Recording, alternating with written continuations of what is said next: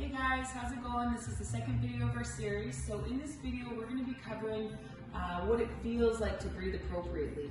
So it's a bit of a sensory experience. I want everyone to be able to take a few seconds to themselves or a few minutes to themselves, because you really kind of have to focus deep down on where your breathing is and where you might not be breathing and where you're breathing too much from.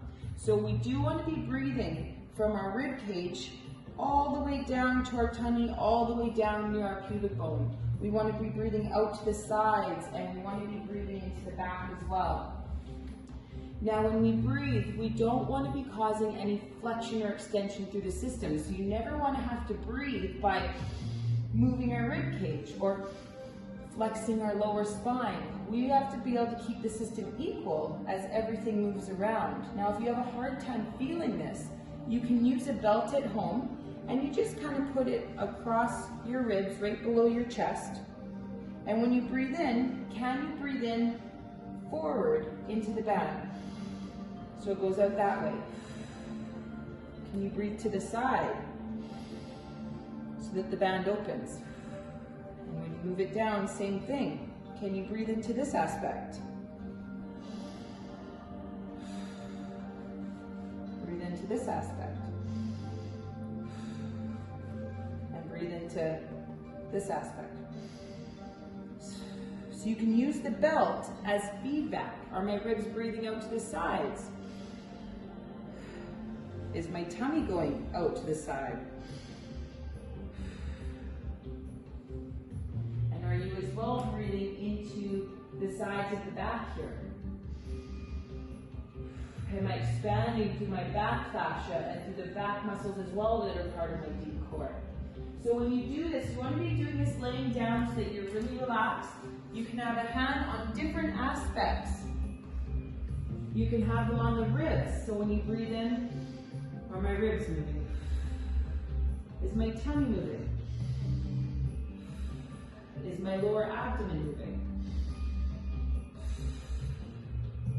One thing that people do a lot, and the most of what I see in clinic, is, and we spoke about that in the last one, there should be some form of movement up here, but we want the ribs moving up towards the ceiling. We don't want this really intense rising up towards your chin. That way you're only using your neck muscles and only getting 10% of air and really overusing that. So I want you all to close your eyes, and I want you to take a nice breath into your belly and just feel where it's at.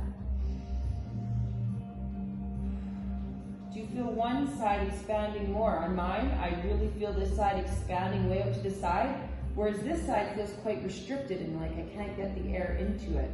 So just start to play around with it a little bit. Can you get your breath all the way down to your perineum and your pelvic floor? Do you feel your pelvic floor expand on the breath in? Do you feel like it stops here? So just kind of have a feel with where that breath is going and where it should be, and if it feels restricted anywhere. If anyone has had a surgery and has a scar, whether it's C-section, appendix out, gallbladder, the tiny little keyholes that you get with just with less invasive surgeries, all of those create scar tissue, and all of those will restrict the amount of movement that your abdomen can get, because scar tissue is so fibrous that you can't expand the tissue through there. It's kind of like a balloon that you're trying to blow up, but that's covered in paper mache.